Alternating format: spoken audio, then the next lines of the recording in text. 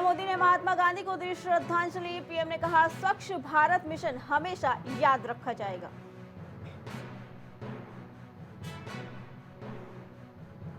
CM योगी ने महात्मा गांधी को दी श्रद्धांजलि। प्रदेश वासियों को दी हार्दिक शुभकामनाएं।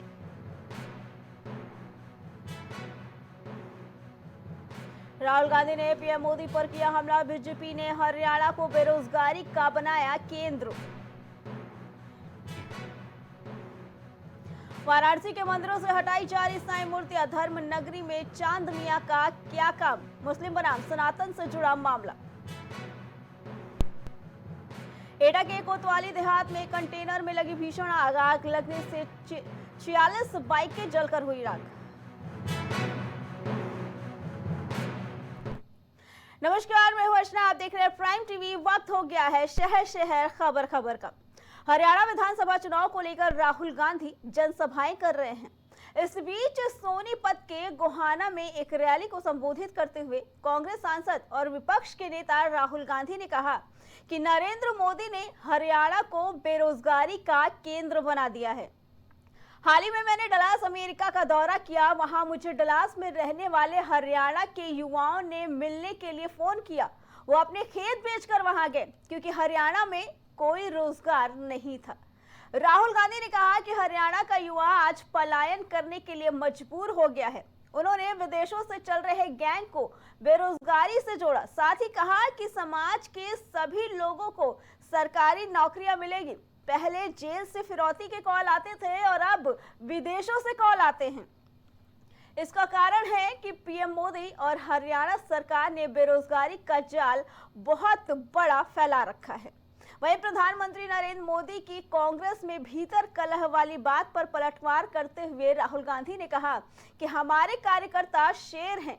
जंगल में आपको एक शेर दिखेगा, शेर अकेले रहते हैं, लेकिन कांग्रेस ऐसी पार्टी है जहां सारे शेर हैं और एक साथ खड़े हो जाते हैं।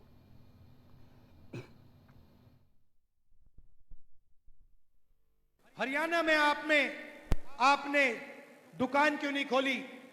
हरियाणा में आपने छोटी फैक्ट्री क्यों नहीं खोली? उन्होंने मुझे कहा, राहुल जी, हरियाणा में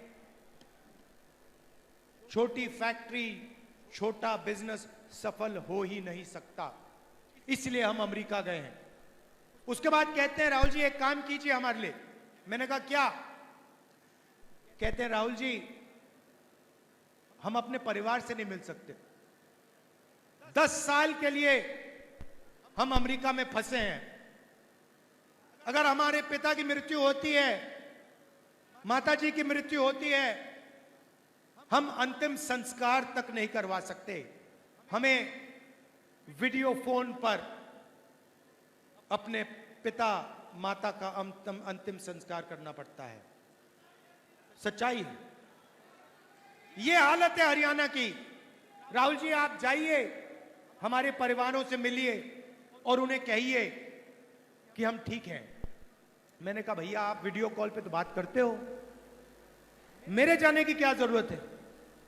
कहते नहीं राहुल जी, वो हमारी बात मानते नहीं हैं। वो सोचते हैं कि हम झूठ बोल रहे हैं। आप जाके उन्हें बताइए कि हम ठीक हैं, हम अकेले हैं,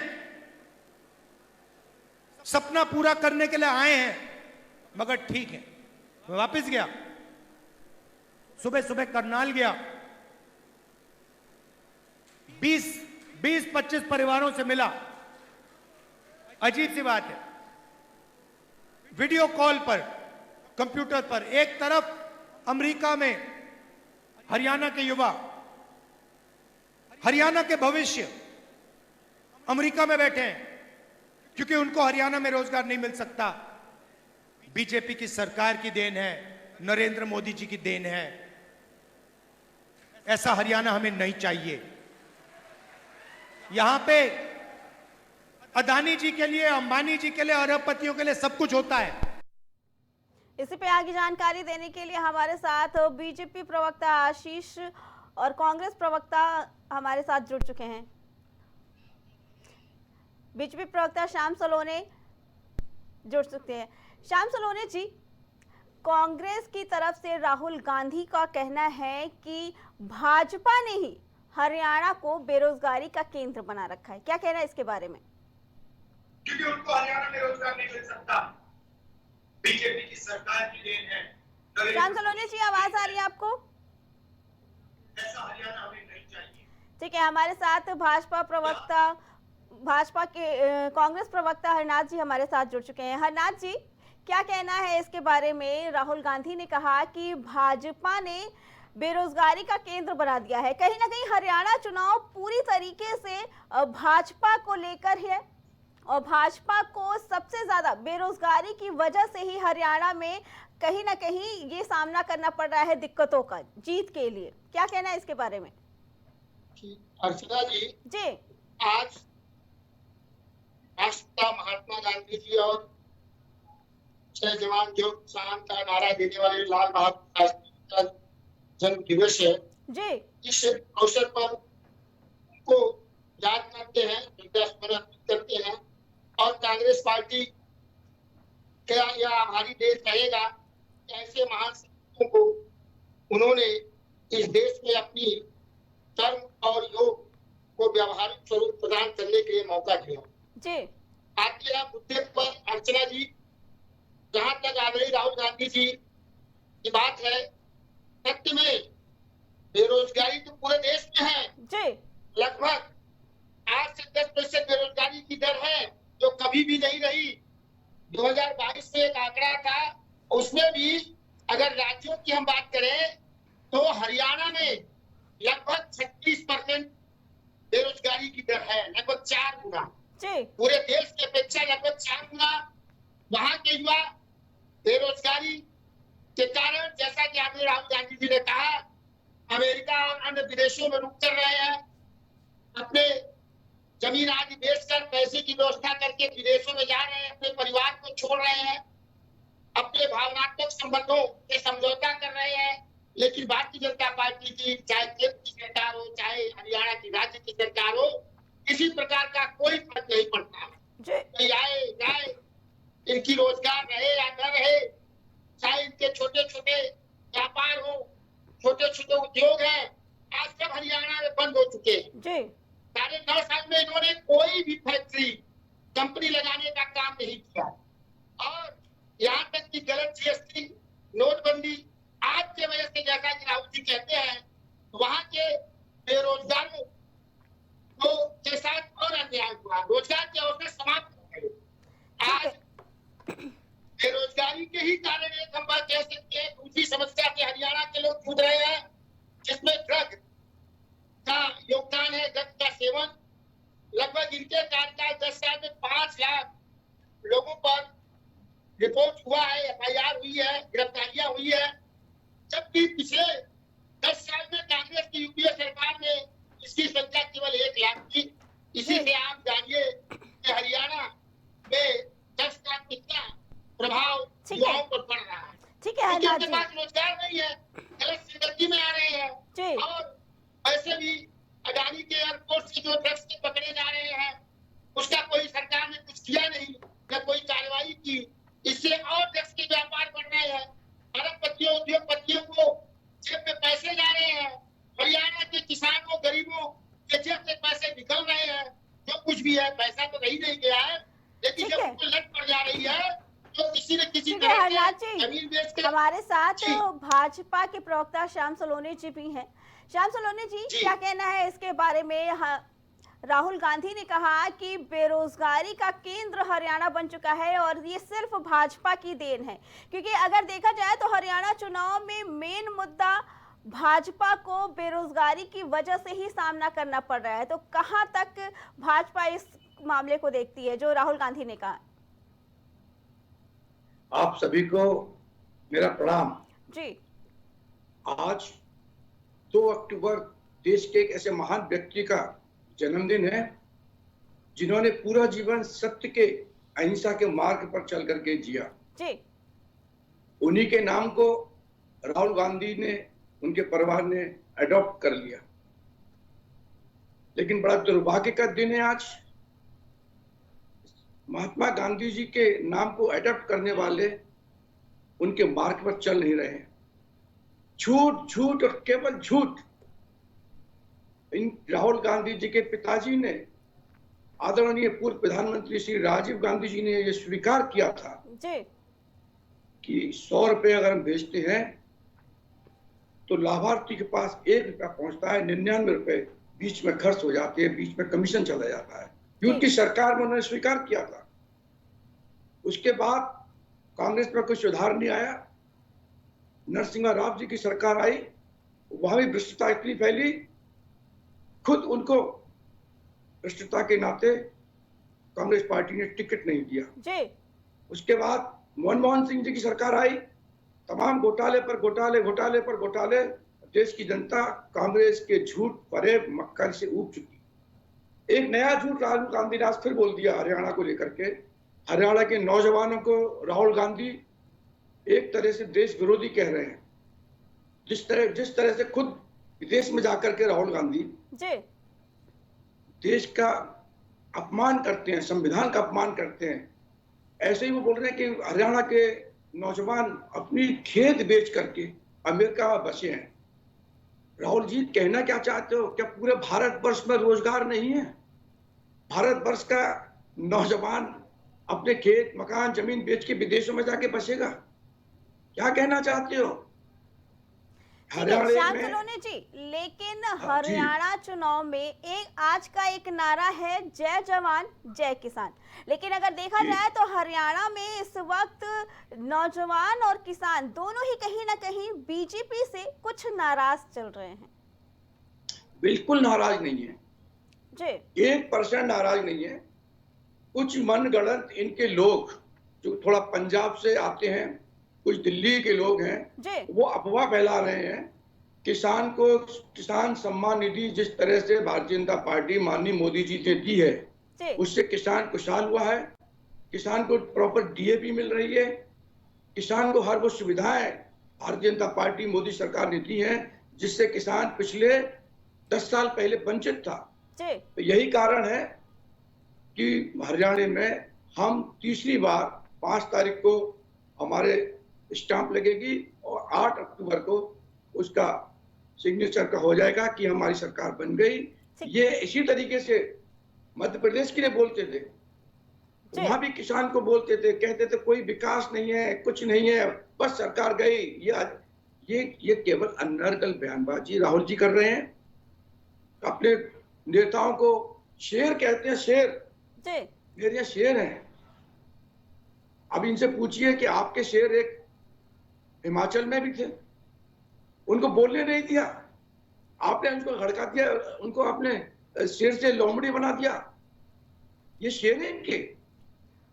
बहन शैलजा बहन हमारी कितनी परेशान है, दलित की बेटी को तुम आगे नहीं बढ़ने दे रहे हो, इतना दबा दिया कि उसे मजबूरी बस बोलना पड़ा कि मैं कांग्रेस में हूं।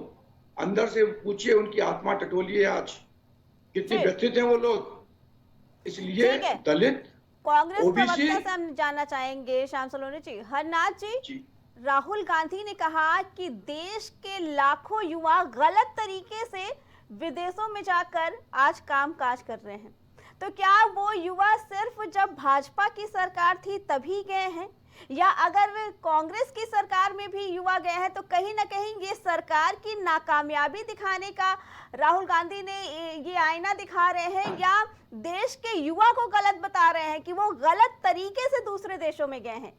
राहुल गांधी के इस बात का क्या मतलब है? अर्चना जी, उनका ये कहने का मतलब था ये युवा किस तरह से विभिन्न देशों के गांवों द्वारा, जंगलों द्वारा, अन्य जंगली जानवरों से बचते बचा के गए वहां पर। क्योंकि कोई आप विदेश में जाएंगे तो नहीं जाएंगे। आप पढ़ाई लिखाई के लिए कांग्रेस के समय में लोग जाते थे, पढ़ाई लिखाई के लिए जाते थे, लेकिन इस समय रोजगार हरियाणा में न होने से मजबूरी में विदेशों में जा रहे हैं या देश के अन्य राज्यों में। और आप जो कह रही है, जो आप बताइए, हमारा आज हरियाणा जय जवान जय किसान की आपने बात कही, लेकिन इसमें पहलवान और संविधान और बेरोजगारी को छोड़ दिया। ये 5 प्रमुख मुद्दे हैं जो हरियाणा के लोगों को सीधे प्रभावित कर रहा है। इस तरह से वहां के किसानों को इन्होंने परजीवी कहा, आतंक उनके सामने दिल ठोके गए, उनकी बात नहीं सुनी गई। किस तरह से वहां के जवानों को अग्निवीर का तोहफा दिया, जिसको तो शहीद का दर्जा देने की व्यवस्था, तो तुमको पेंशन देने की व्यवस्था है। इस तरह से वहां की पहलवान बेटियों का यौन शोषण किया गया, उसका विरोध करने पर सड़कों पर घसीटा गया। जी वहां के लोग वहां के अपनी पहलवान बेटियों का अपमान का बदला लेंगे। इस तरह से वहां पर संविधान को समाप्त करने का प्रयास किया गया। इस तरह से वहां पर बेरोजगारी जो है अंतिम रूप से पैदा करने की कोशिश की गई इस सरकार द्वारा। जी। हरियाणा में 5 तारीख को वहां की जनता जवाब देगी। आगे राहुल गांधी जी का जिस तरह से स्वागत हो रहा है, जिस तरह से युवा, किसान, पहलवान, नौजवान सभी उनको अपने आंखों पर बिछाए हुए हैं, जो अपार प्रेम दे रहे हैं हरियाणा के लोग। जी और मोदी जी की सभाओं में भीड़ नहीं हो रही है। वहां के पोस्टरों से मोदी जी गायब हो गए हैं, या तो लगा भी है तो छोटा सा लगा हुआ है। वहां के पूर्व मुख्यमंत्री खट्टर जी की सभा में कमरे में और एक हाल की सभाएं हो रही है। इस तरह से इनके वर्तमान मुख्यमंत्री नायब सिंह सैनी ने एक नगर पंचायत प्रतिनिधि पार्षद की हत्या करवाई।